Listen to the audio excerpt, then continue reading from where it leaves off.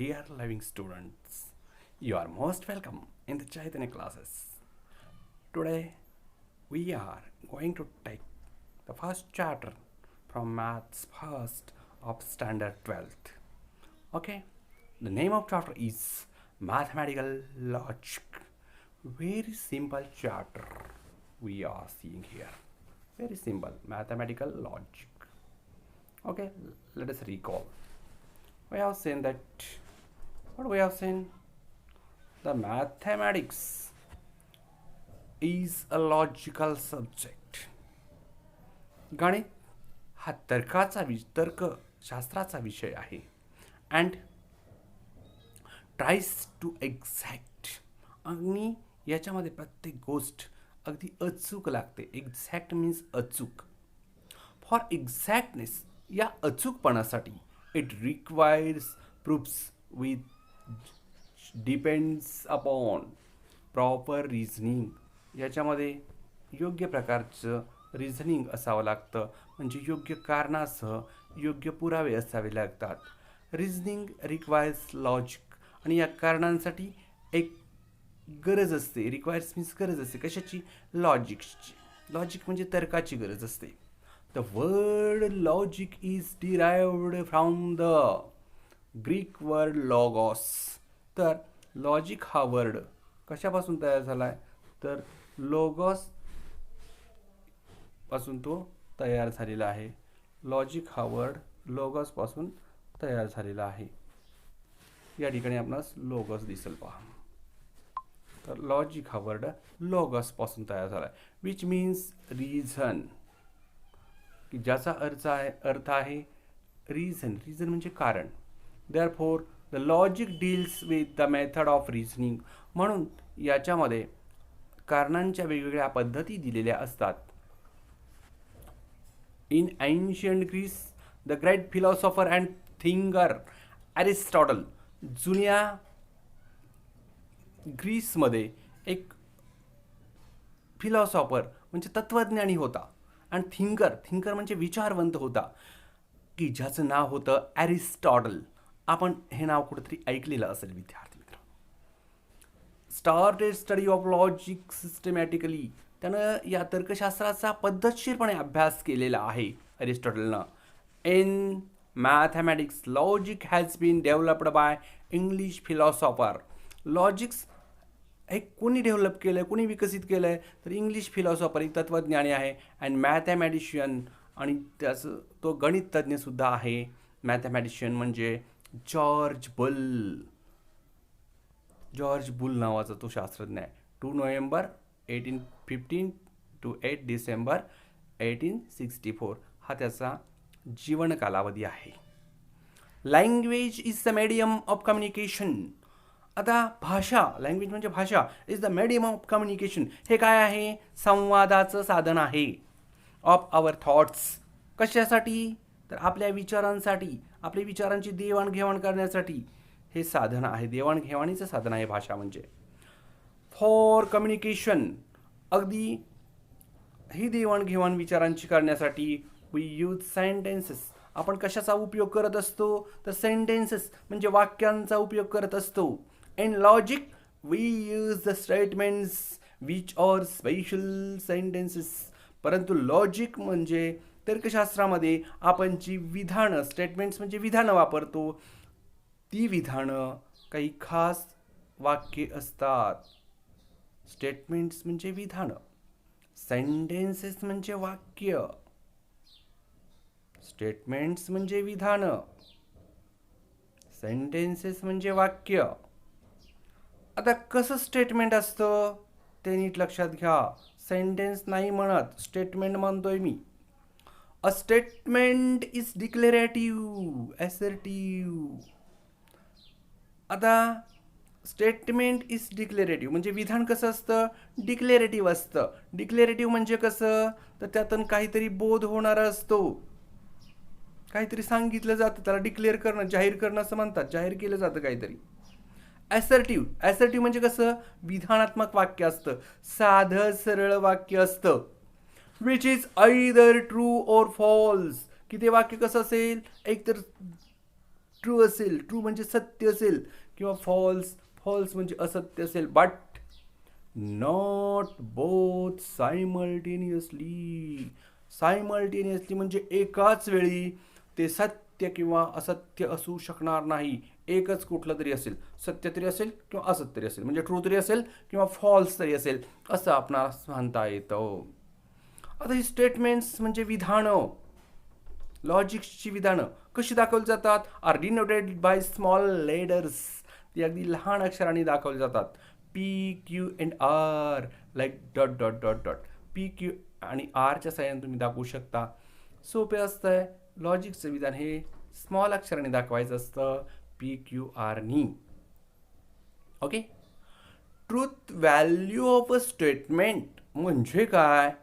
तर त्या विधानाची सत्यता, म्हणजे ते विधान सत्य आहे की असत्य आहे हे सांगणं, त्यालाच आपण ट्रूथ व्हॅल्यू असं म्हणतो. खूप सोपं आहे, लक्षात आलं तर. लॉजिक्सचा आपला एकही मार्क जाणार नाहीये जर आपणास कळलं तर. Okay. Each statement is either true or false. प्रत्येक वाक्यच एकतर सत्य असेल किंवा असत्य असेल. If a statement is true, जर ते वाक्य सत्य असेल तर then its truth value is T. जर ते वाक्य सत्य असेल तर त्याची ट्रूथ व्हॅल्यू टी असते. And if the sentence is statement is false, जर ते विधान असत्य असेल तर then its truth value is F. तर त्याची सत्य किंमत ही फॉल्स असते, म्हणजे असत्य असते, यफ असते. असत्य असेल तर यफ म्हणायचं. Then some इलिस्ट्रेशन्स R given. या ठिकाणी काही उदाहरणं आपणास दिलेली आहेत. पहिलं आहे, फॉलोइंग सेंटेन्स आर स्टेटमेंट्स. खालील वाक्य ही विधानं आहेत असं आपणास सांगितलंय. मग ती सत्य असतील किंवा असत्य असतील, पण ती विधानं आहेत. ओके. खालील वाक्य ही विधानं आहेत असं म्हटलंय. First one, sun rises in the east. पहिलं दिलं आहे, sun rises in the east. आपल्या सर्वांना हे मान्य आहे का की सूर्य पूर्वेस उगवतो? सत्य आहे, ते मान्य आहे. मान्य नसेल तरी चालतं, पण ते विधान पाहिजे. Okay. Second, 5 into 12, 5 into 2 is equal to 11. 5 गुणिले 2 बरोबर 11. हे विधान आहे का? आहे विधान. असत्य असलं तरी ते विधान आहे, स्टेटमेंट आहे ते. Every triangle has 3 sides. प्रत्येक त्रिकोणास 3 बाजू असतात, हे सुद्धा विधान आहे आणि आपण ते शिकत आलेलो आहोत जॉमेट्रीमध्ये, भूमितीमध्ये. पुढचं दिलं आहे, Mumbai is the capital of Maharashtra. Mumbai ही महाराष्ट्राची राजधानी आहे. कॅपिटल म्हणजे राजधानी. सत्य आहे ते, विधान आहे ते. Every equilateral triangle is an equiangular triangle. Equilateral triangle म्हणजे समभुज त्रिकोण. इज अन इक्विअँग्युलर ट्रायंगल म्हणजेच काय? तर समकोण त्रिकोण. इक्विअँग्युलर म्हणजे समकोण. प्रत्येक समभुज त्रिकोण हा समकोण त्रिकोण असतो. म्हणजेच प्रत्येक कोणाचं आपणास माहिती आहे की माप किती असतं? 60 डिग्री असतं, 60 अंश असतं. प्रत्येक समभुज त्रिकोणाचं कोणाचं माप हे 60 अंश असतं. Sixth, a natural number is an integer. प्रत्येक नैसर्गिक संख्या ही पूर्णांक असते. इंटिजर म्हणजे पूर्णांक, नॅचरल नंबर म्हणजे नैसर्गिक संख्या. तर प्रत्येक नैसर्गिक संख्या ही पूर्णांक असते. सत्य आहे, पूर्णांक असतेच. अपूर्णांक कधीही असत नाही.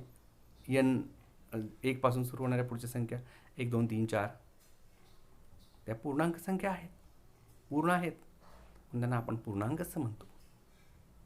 Next, the following sentences are not statement. परंतु काही वाक्य ही स्टेटमेंट असू शकत नाहीत.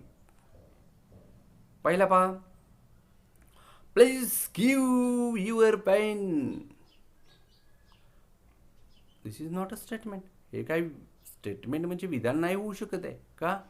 प्लीज गिव्ह युअर पेन, तुझा पेन मला दे कृपया. हे काय विधान होऊ शकतंय का? आज्ञार्थी वाक्य आहे ते. ओके. फर्स्ट वन आज्ञार्थी वाक्य आहे. इम्पेरेटिव्ह सेंटेन्स त्याला म्हटलं आहे, आज्ञार्थी वाक्य. दुसरं पहा, व्हॉट इज युअर नेम, तुझं नाव काय आहे. हे काही लॉजिक्सचं वाक्य होऊ शकतं का? नाही होऊ शकत. Why? Because question mark is there, प्रश्नचिन्ह आहे तिथे, म्हणजे ते कसलं सेंटेन्स आहे, प्रश्नार्थक, इंट्रोगेटिव्ह त्याला म्हणतात, इंट्रोगेटिव्ह सेंटेन्स आहे. त्यामुळे ते लॉजिक्सचं वाक्य स्टेटमेंट होऊ शकत नाही, विधान होऊ शकत नाही. दुसरं आहे, what a beautiful place it is, किती सुंदर जागा आहे ही.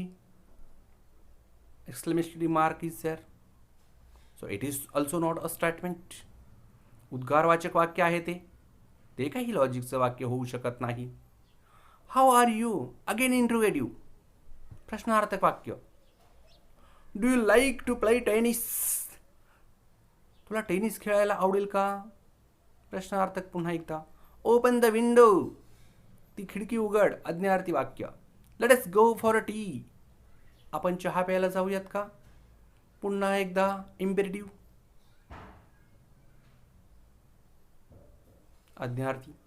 सिट डाऊन, पुन्हा एकदा इम्पेरेटिव्ह, आज्ञार्थी वाक्य. म्हणजेच अशा प्रकारची इंट्रोगेटिव्ह म्हणजेच प्रश्नार्थक, इम्पेरेटिव्ह म्हणजेच आज्ञार्थी, एक्सक्लेमेटरी म्हणजे उद्गारवाचक, कमांड आज्ञा, ऑर्डर प्रखर आज्ञा, रिक्वेस्ट विनंती, सजेशन सूचना, अँड आर नॉट स्टेटमेंट या प्रकारची वाक्य ही काही लॉजिक्सची स्टेटमेंट म्हणजे विधान नाही होऊ शकत. तिसरं दिलं आहे, कन्सिडर द फॉलोइंग. खाली आपणास दिलेली आहेत पहा वाक्य. पहिलं काय दिलं पहा, फर्स्ट वन, 3x/2 - 9 = 0. आता या ठिकाणी आपणास काय करावं लागेल, तर एक्सची किंमत काढावी लागेल. काय करायचं, 9 पलीकडच्या बाजूला न्यायचं म्हणजे अधिक होईल, आणि परत पलीकडे नेल्यानंतर 9 पलीकडे न्यायचं, 2ने त्याला मल्टिप्लाय करायचं. कशाने, 9 × 2 18, आणि परत इकडं 3x आहे त्यातल्या 3ने डिवाइड करायचं म्हणजे काय येईल, x = 6 येईल, x = 6.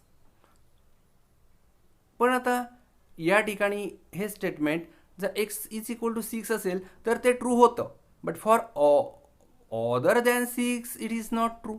परंतु 6 सोडून इतर कोणत्याही एक्सच्या किमतीसाठी ते काही वाक्य सत्य नाही होऊ शकत. म्हणजे आपण त्याला डिक्लेरेटिव्ह सेंटेन्स असं नाही म्हणू शकत. पुढचं पहा, ही इज टॉल. आता तिथं म्हटलं आहे he is tall. He is tall means what, तो उंच आहे. Who is he, that is not declarative. पण आपल्याला ही या शब्दांमधून बोध होत नाही, ही म्हणजे नेमका कोण याचा नाही बोध होत आपणास. म्हणून आपण काय म्हणत आहोत की या ठिकाणी हे सुद्धा ओपन सेंटेन्स आहे. कसलं सेंटेन्स आहे, ओपन आहे, त्याची आपणास बोध नाही होऊ शकत. Mathematics is an interesting subject. आपण या ठिकाणी म्हणतोय की गणित हा एक अतिशय आकर्षक असा विषय आहे, खूप मजेचा विषय आहे. Is it true for all? It is black in colour. त्याचा रंग काळा आहे, कुणाचा नाही बोध होत. So let's analyse this statements. आपण याचा विचार करू. आता पहिलं वाक्य आपण मी मागाशी एक्सप्लेन केलेलंच आहे. For x = 6 it is true, but for other than 6 it is not true. It should be either true or false in each case.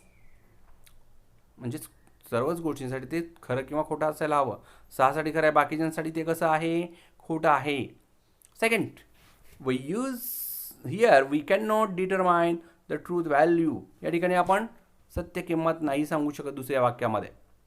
So for third and fourth the truth value varies from person to person. या ठिकाणी प्रत्येक व्यक्तीनुसार त्याची सत्य किंमत बदलत जाते, truth value बदलत जाते. सत्य आहे की असत्य आहे प्रत्येक व्यक्तीनुसार ते बदलत आहे. In all above sentences the truth value depends upon the situation. Such sentences are called open sentences. अशा प्रकारच्या वाक्यांना आपण ओपन सेंटेन्सेस असं म्हणतोय. Open sentence is not a statement. आणि या प्रकारच्या ओपन सेंटेन्सला आपण स्टेटमेंट म्हणजे विधान लॉजिक्सचं नाही म्हणू शकत. So solved sums are here. First one, question 1. Which of the following sentences are statements in logic? Write down the truth values of the statement. खालीलपैकी कोणती वाक्य लॉजिक्सची वाक्य आहेत हे सांगायचं आहे आणि त्यांच्या ट्रूथ व्हॅल्यूज पण आपणास या ठिकाणी सांगायचे आहेत. तर first one, 6 into 4 is equal to 25.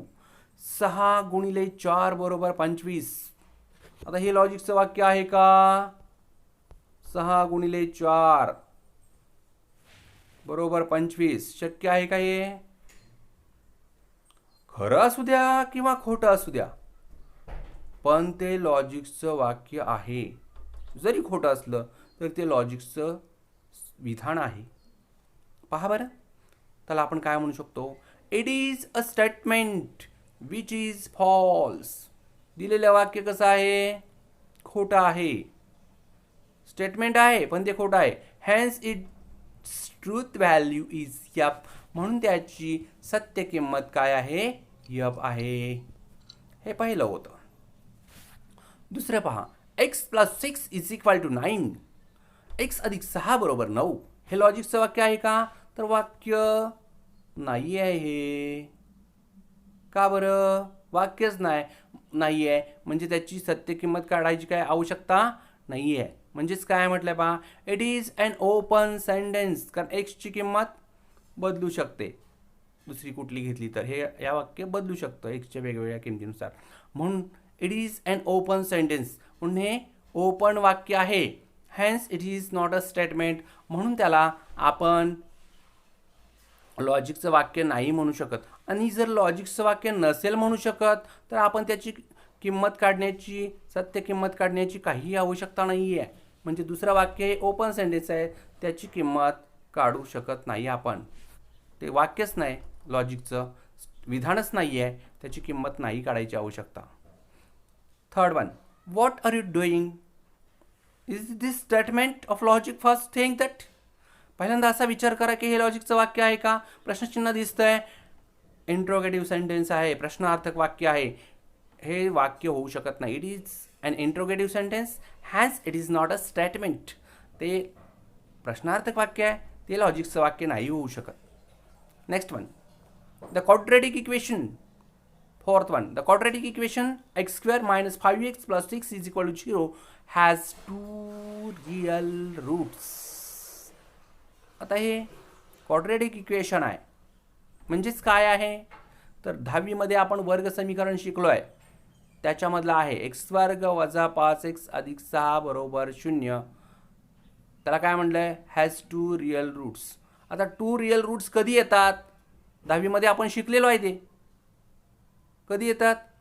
if x b² - 4ac is greater than 0, म्हणजेच त्याचा विवेचक discriminant should be greater than 0. विवेचकाची किंमत 0पेक्षा मोठी असेल तर त्या ठिकाणी त्याचे रूट्स 2 होऊ शकतात. मग विचार करायचा इथं b², बी म्हणजे काय?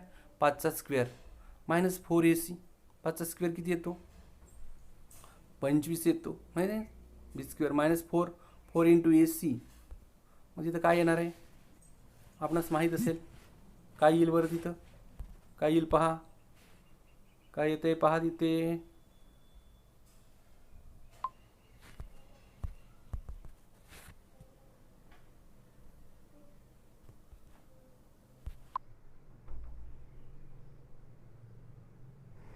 So here we were seeing the fifth statement. Okay, b² - 4ac should be greater than 0 and it has 2 real roots. Okay, so it is a statement which is true. Please sit down. Since it is an imperative sentence, ते एक आज्ञार्थी वाक्य आहे. So it is not a statement. The moon revolves round the sun. The moon revolves round the earth, not the sun. Okay, the moon revolves around the earth is a statement which is true. Every real number is a complex number. It is also a statement. He is honest. We are not able to tell who is he. आपण नाही सांगू शकत आहे की तो नेमका कोण आहे आणि तो प्रामाणिक आहे असं म्हटलं आहे. तो म्हणजे नेमका कोण हे नाही सांगता येत आहे, म्हणून आपण नाही म्हणू शकत तिथं की ते सेंटेन्स आहे म्हणून. It is an open sentence, hence it is not a statement.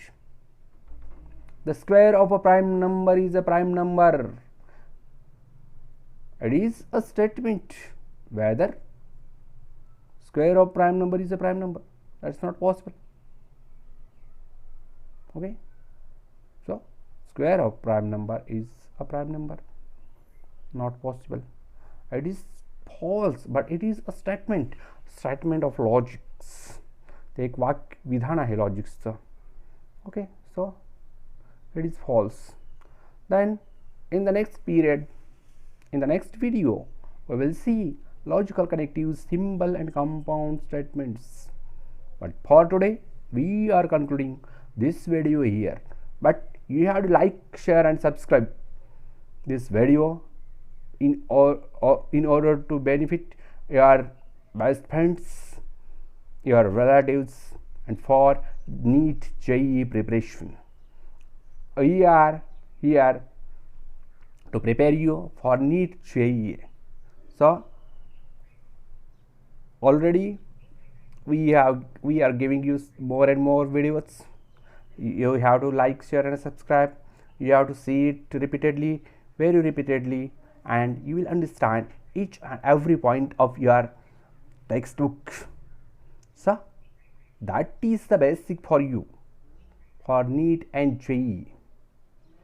If you are repeatedly try to see these videos, I hope you will be very become talent, and you will get the basic knowledge. And after getting basic knowledge, that is nothing difficult for you in JEE and NEET. Okay, so try to see these videos repeatedly, like, share and subscribe our channel, because this is not my channel, this is your channel, and you have to like, share and subscribe. Okay, thank you. Lot of love for you, my dear students.